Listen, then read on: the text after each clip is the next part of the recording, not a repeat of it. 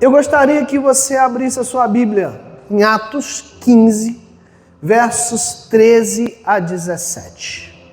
Atos 15, 13 a 17.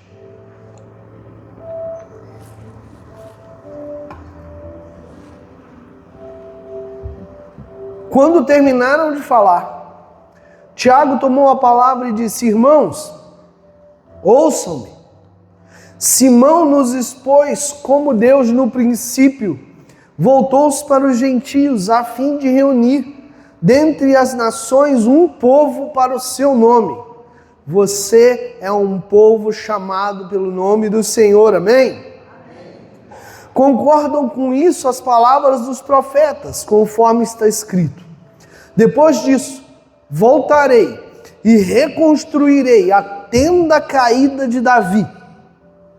Reedificarei as suas ruínas e a restaurarei, para que o restante dos homens busquem o Senhor, todos os gentios sobre os quais tem sido invocado o meu nome, diz o Senhor, que faz essas coisas. Tiago cita uma profecia. Tiago cita uma profecia do profeta Amós.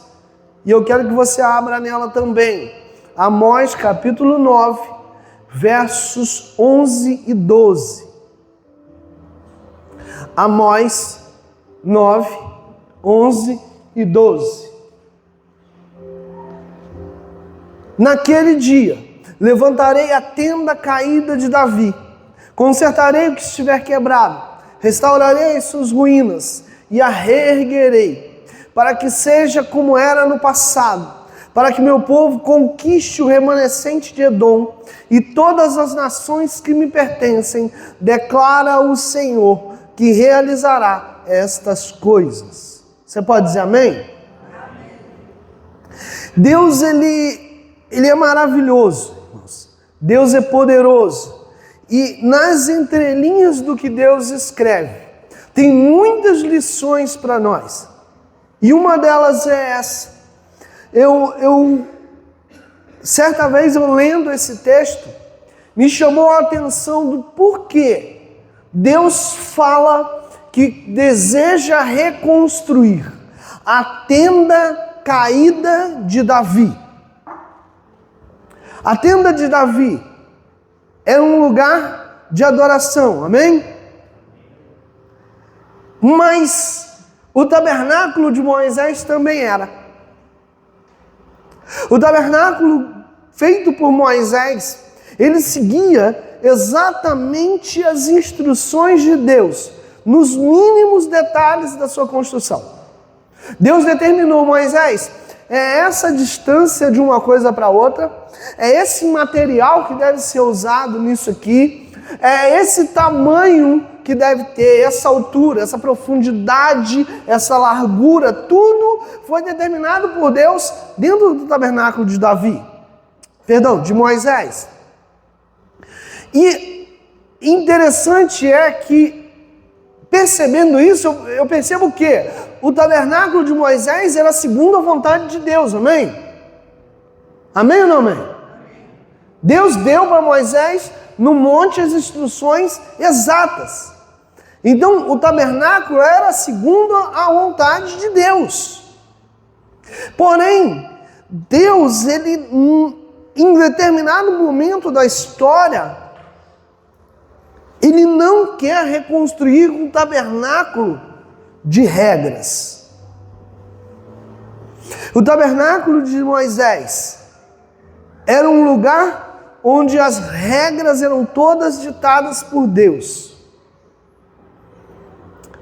E eu fico pensando, e é a base do que eu quero ministrar, é uma das bases do que eu quero ministrar para você nessa noite, que nós nos dias de hoje queremos por vezes viver uma vida de intimidade com Deus, baseado num livro de regras.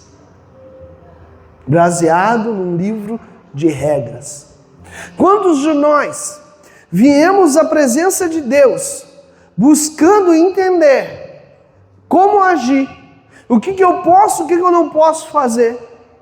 Sabe, como pastor, muitas vezes a gente é interpelado, a gente é questionado sobre coisas assim: pastor, mas isso pode, aquilo pode, aquele outro não pode, o que pode, o que não pode, um monte de regras. E as regras, elas existem e eu não estou falando contra elas, amém? Elas devem ser cumpridas, elas são, muitas delas, a maioria delas de acordo com a vontade de Deus para aquele tempo. Mas a gente está preocupado demais com as regras e limites do que a gente pode fazer. Quando a gente se preocupa com regras, normalmente a gente está querendo dizer, muitas de nós queremos dizer, até onde eu posso ir sem arriscar a presença de Deus na minha vida? Até onde eu posso ir sem arriscar, aqueles que acreditam dessa forma, a minha salvação? Até onde eu posso ir? Onde Deus, até qual limite Deus vai me acompanhar? E muitos de nós, na relação com Deus, e eu quero trazer um paralelo para que você entenda, estamos dizendo assim, como se eu dissesse para minha esposa: vamos testar o nosso relacionamento? Vamos ver quanto tempo a gente consegue ficar longe? Vamos ver até qual o limite que o nosso relacionamento pode suportar? Mas é isso que a gente faz com Deus. Até onde eu posso ir sem te desagradar? O que eu posso fazer que não vai ferir a minha relação contigo? A gente está olhando para Deus e querendo regras que nos digam o que a gente pode fazer, sem se preocupar e sem entender que Deus quer conosco, não um relacionamento baseado em regras, mas um relacionamento baseado em amor.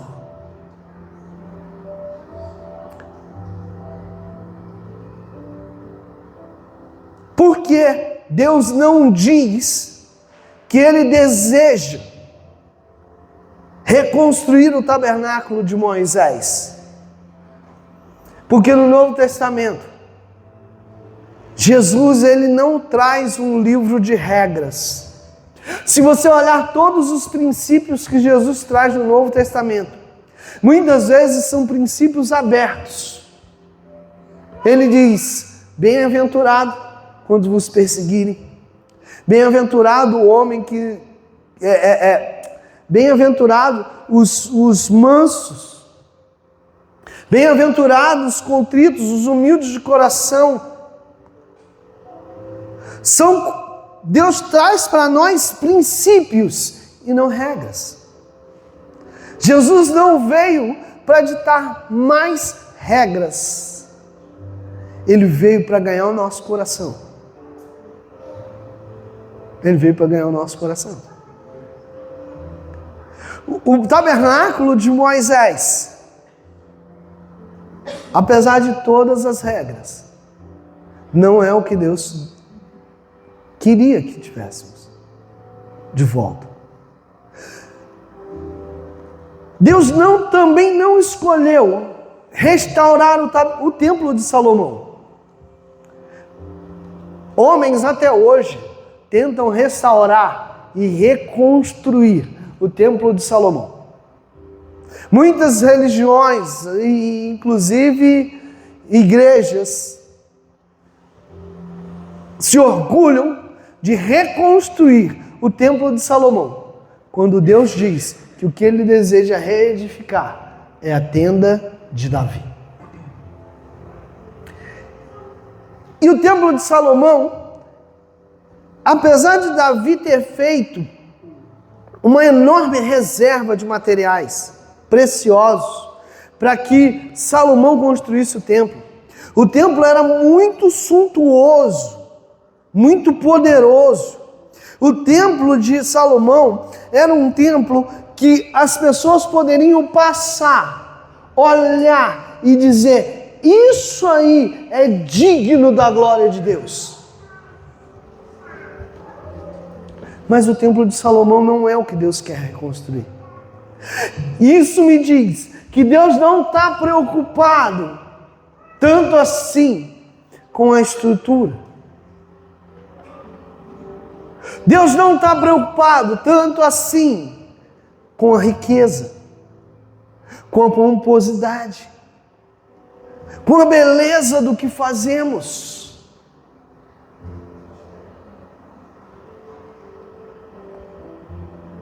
Ei, se tudo o que você faz para o Senhor é lindo, mas não contém o teu coração,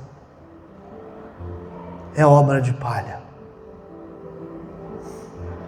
É obra de palha.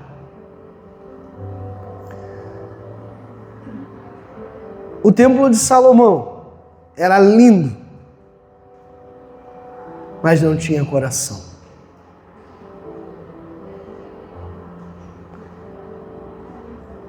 Deus também não pede que se reconstrua o templo do pós-exílio, que Esdras foi usado por Deus para reconstruir. Ali existia da garra, do esforço humano. Esdras, assim como Neemias, foi alguém muito usado por Deus para unir o povo em torno de um propósito. Neemias para a reconstrução dos muros de Jerusalém e Esdras para a reconstrução do templo. E ali existia todo o esforço humano. Deixa eu te falar uma coisa, irmão amado, não adianta você se esforçar ao extremo para agradar ao Senhor se o teu coração não estiver na mão dele. O que nessa noite eu estou querendo te dizer é que um dos motivos pelos quais Deus quer trazer de volta, restaurar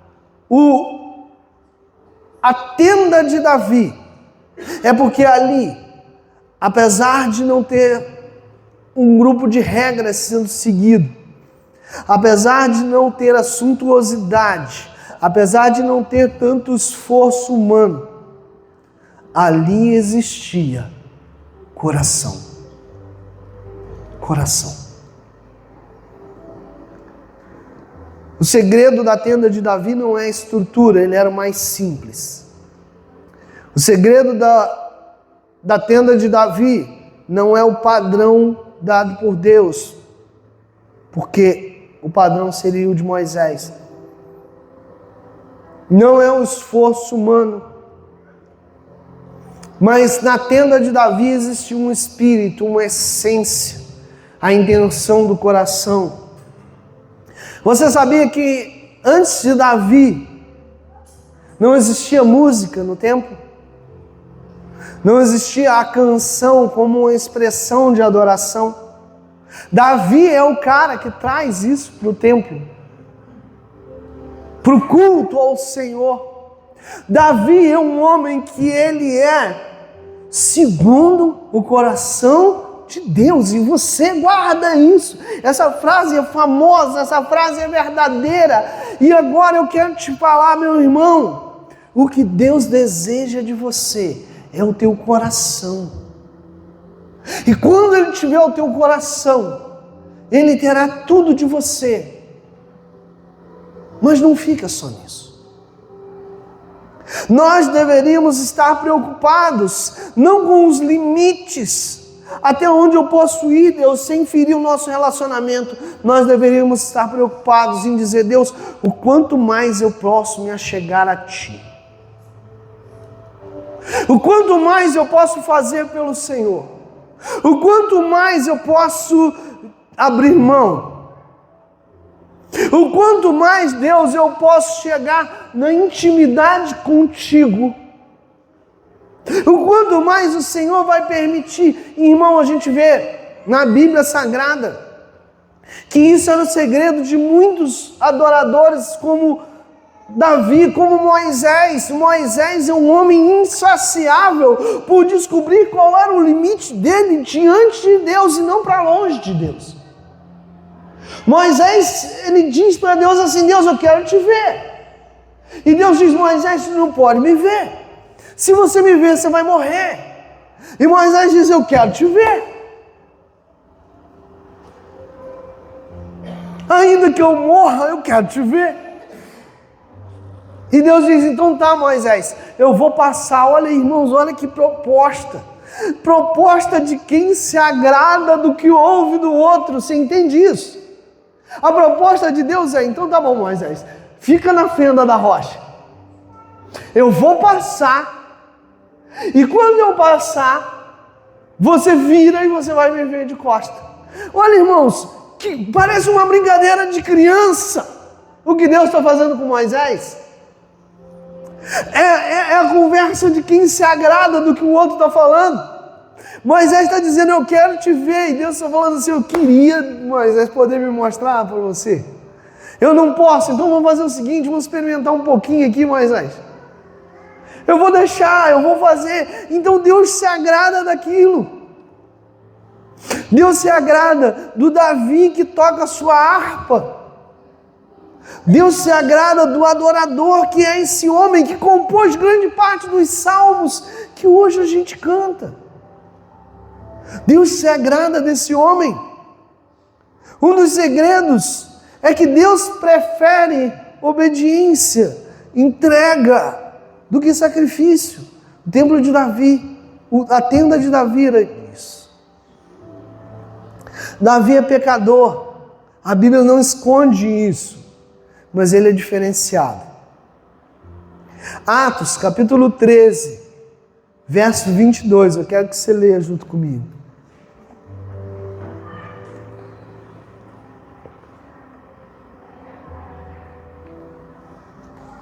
Atos 13, 22. Depois de rejeitar Saul, levantou-lhes Davi como rei, sobre quem testemunhou: encontrei Davi, filho de Jessé, homem segundo o meu coração. Ele fará tudo o que for a minha vontade. O coração de Davi era um coração alinhado com o coração de Deus. Nessa noite é noite de você alinhar o teu coração com o coração de Deus. É noite de você entregar o teu coração. É noite de você se entregar por completo, por inteiro. Salmo 27, versículo 4. Que é um salmo de Davi, diz algo muito poderoso. Davi diz o seguinte: uma coisa pedi ao Senhor, é o que eu procuro. Irmão, uma coisa. Você já se imaginou diante do gênio da lâmpada? Já? Sim ou não? Já? O gênio da lâmpada te concede quantos desejos? 3. Mas Davi, diante de Deus, ele disse que ele precisava de um só. E qual seria o teu desejo, caso Deus aparecesse para você diante de ti e dissesse: você tem um desejo, fala para mim, qual seria? Davi, ele declara e ele diz: uma coisa pedi ao Senhor. Uma.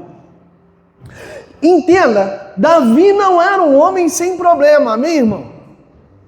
Davi tinha um filho que o perseguia, uma família que não era o padrão, tinha pecados para serem arrependidos, mas ele diz que uma coisa ele pede ao Senhor e a procura.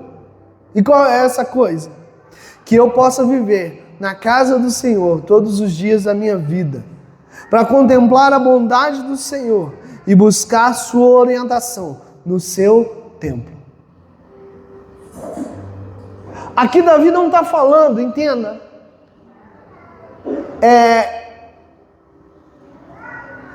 só sobre a presença.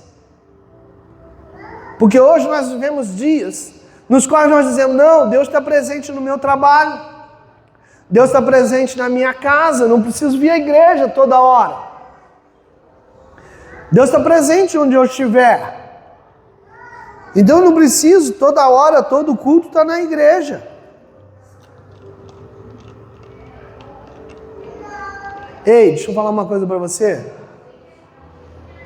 Não existe amor a Deus sem amor à sua obra. Estar aqui, a gente precisa entender que é um privilégio concedido por Deus a cada um de nós. E não um esforço hercúleo. Senão não é um grande sacrifício estar aqui no domingo, na terça, no farol, na quarta, na quinta. Não é um grande sacrifício, irmão, não é. É um favor de Deus para nós.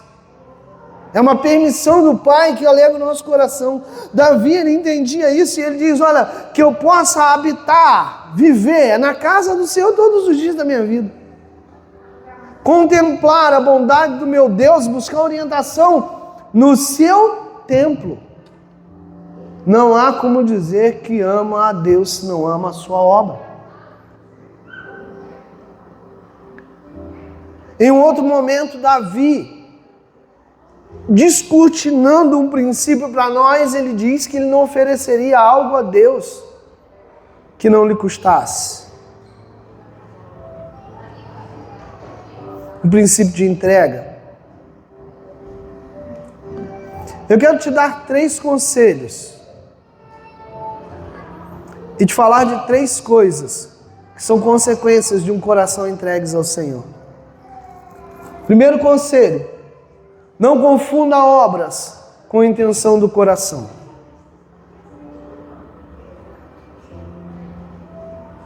Às vezes a gente está fazendo para Deus. Às vezes a gente está fazendo algo e nos dedicando à obra de Deus. Mas eu que te questiono, qual a intenção do teu coração? Questione-se. Você canta porque você faz algo na igreja porque? Qual a intenção do teu coração? Porque Deus sonda o nosso coração e Ele quer o nosso coração entregue nas mãos dEle, amém? Porque aí a obra é consequência. Entenda. Você quer se dedicar mais ao Senhor? Entregue o seu coração. A obra será uma consequência. Por que minha esposa se entrega para a obra de Deus e é tão intensa nessa entrega? E é verdade. Porque o coração dela está no Senhor. Por que eu nunca me questionei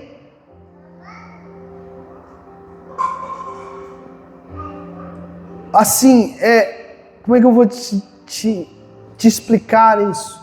Por que eu nunca me questionei quando eu precisei entregar algo para o Senhor? Se aquilo ia me faltar, ou se era demais. Por que eu nunca me questionei sobre o ministério? Porque Deus tem o meu coração. Se Ele me quiser no ministério, Ele vai ter. Se Ele não me quiser no ministério, Ele vai tirar. Deus tem o meu coração. Se Ele quiser o meu dinheiro, Ele vai ter.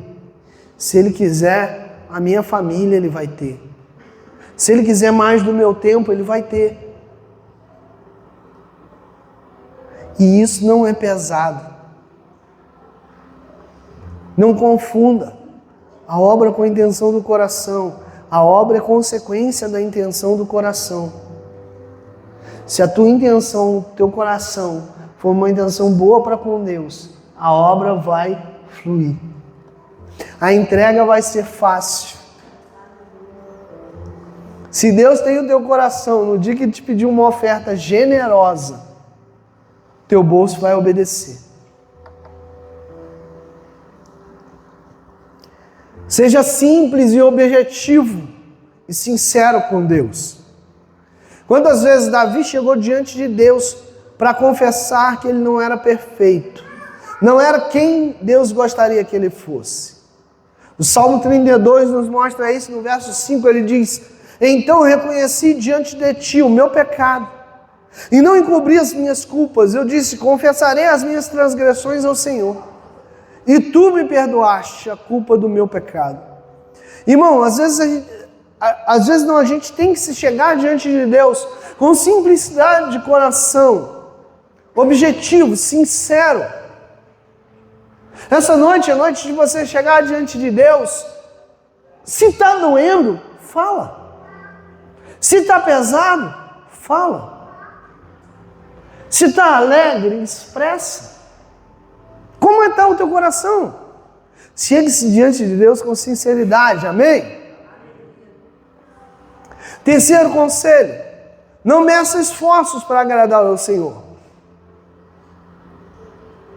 Mesmo a tenda agradando ao Senhor, Davi se esforçou e até intentou reconstruir o templo. Olha que interessante.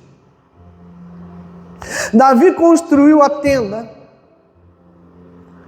Deus diz que deseja reconstruir a tenda de Davi. Mas Davi queria ter se esforçado mais para Deus. E o ponto que ele chega, ele diz: quero construir um templo. Vou juntar dinheiro para construir um templo. E o que Deus diz para ele? Não. Não. Irmão, deve ser estranho, mas deve ser também gratificante. Um tempo em que Deus diga para nós assim: você já se esforçou bastante. Você já foi até o teu limite. Descansa. Tem outro que vai fazer no teu lugar. Não pelo motivo de Davi. O motivo de Davi foi que ele tinha as mãos sujas de sangue. Mas em algum momento Deus disse para Paulo: Paulo, descansa. E Paulo disse: combati o bom combate. Acabei a carreira, guardei a fé. Essa noite é noite de você entender que o esforço ele vem naturalmente quando o coração está entregue. E eu quero te dar 3 consequências de um coração entregue ao Senhor para a gente terminar. A primeira delas está lá em 1 João, capítulo 4. Verso 18. 1 João, capítulo 4, verso 18. No amor não há medo. Pelo contrário, o perfeito amor expulsa o medo. Porque o medo pressupõe castigo. Aquele que tem medo não está aperfeiçoado no amor. Quando o nosso coração está entregue nas mãos do Senhor, o medo é lançado por terra. Sabe, meu irmão, nessa noite talvez o teu coração esteja aflito, cheio de medo. Você tem medo de fracassar? Tem medo de cair novamente? Tem medo de que as coisas não deem certo? Você está prestes a dar um passo de ousadia e o medo vem? Você está prestes a alcançar uma grande vitória e o medo vem? E nessa noite eu quero te dizer: entrega o teu coração ao Senhor e o verdadeiro amor de Deus inundará teu coração e lançará fora todo medo. Eu vou declarar de novo para te dar a oportunidade de dizer um amém. Entregue seu coração completamente ao Senhor. O verdadeiro amor de Deus inundará o teu coração e lançará fora, expulsará todo medo. Todo medo. Todo medo. Todo medo que você sente vai cair por terra. Porque teu coração vai estar entregue ao Senhor. Quando Davi, ele olha para Golias, ele corre para cima de Golias, com o coração firmado no Senhor. O medo dele caiu por terra. E olha que tinha um monte de homem ali, guerreiro, maior do que Davi, com medo. Mas Davi, com o coração cheio de Deus, vai para cima de Golias e obtém a vitória, sem medo. Essa semana, gigantes vão aparecer na tua frente e você vai para cima deles sem medo. Você vai para cima deles sem medo. Com teu coração cheio de Deus, você vai para cima deles sem medo. Segundo ponto, está lá em Romanos 8, 28. Sabemos que Deus age em todas as coisas para o bem daqueles que o amam, dos que foram chamados segundo o seu propósito. Com o coração firmado em Deus, entregue ao Senhor, podemos confiar, tudo vai ficar bem. Irmão, com o teu coração cheio de Deus, eu te desafio a confiar, tudo vai dar certo. Deus quer renovar a tua confiança nele nessa noite, amém? Deus está te dizendo, filho, eu estou contigo, tudo vai dar certo. Hoje mais cedo eu estava ouvindo uma canção e no meio da canção o músico parou para ministrar algo e ele disse que tem vezes que a gente tem que parar e dizer para Deus assim, Deus, eu não posso nada, eu não consigo nada, se não for o Senhor as coisas não vão. Eu não vou dar um passo se o Senhor não for comigo. Mais uma vez, eu olho para a Bíblia, eu enxergo isso. Moisés disse o que para Deus quando Deus disse, Moisés, eu vou mandar um anjo contigo. Moisés disse para Deus assim, o quê? O quê? Um anjo? Eu não vou. Eu não vou. Não vou dar um passo se o Senhor não for comigo. E aí, no início desse culto, Ramon ministrou algo também. Ele disse, se Deus não está na base de tudo, nada está certo. Nós não temos garantia de nada, se Deus não estiver nos nossos projetos. E nessa noite, Deus quer renovar na tua confiança nele para te dizer, ei, se o teu coração estiver em mim, eu vou fazer de tudo para o teu bem. Romanos 8 diz que Deus faz todas as coisas para o bem daqueles que nele esperam, daqueles que o amam. Entrega o teu coração ao Senhor e Deus fará com que tudo fique bem. Eu não sei se você está aqui. Se você está com o teu celular aí, guarda ele. Guarda ele. Guarda ele.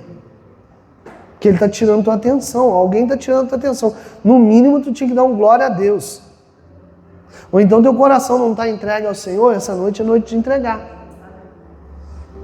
Eu vou repetir para você. Se o teu coração está entregue a Deus, Deus manda te dizer, tudo vai ficar bem.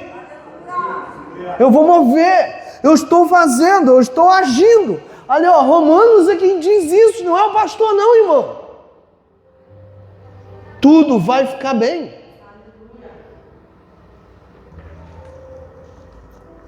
Por último, Salmo 51, verso 17.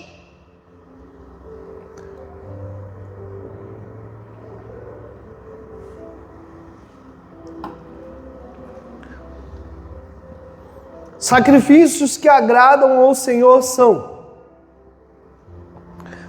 um espírito quebrantado, Um coração quebrantado e contrito, perdão. Ó Deus, não desprezarás. Um coração firmado em Deus e quebrantado é o segredo para tocar o coração do Pai. Você quer tocar o coração de Deus hoje? Você quer agradar ao Senhor hoje? Quem quer agradar a Deus? Quer agradar ao Senhor? Quer agradar ao Senhor?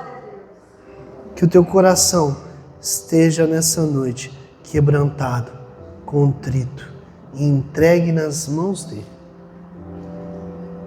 Sabe, amado? Deus quer o nosso coração. E a gente está preocupado com tantas outras coisas que não são prioridade. Deus quer o nosso coração e a gente está preocupado se deve ou não fazer alguma coisa.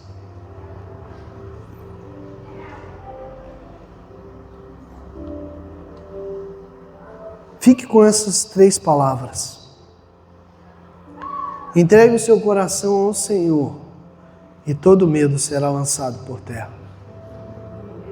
Entregue o seu coração ao Senhor e todas as coisas irão bem.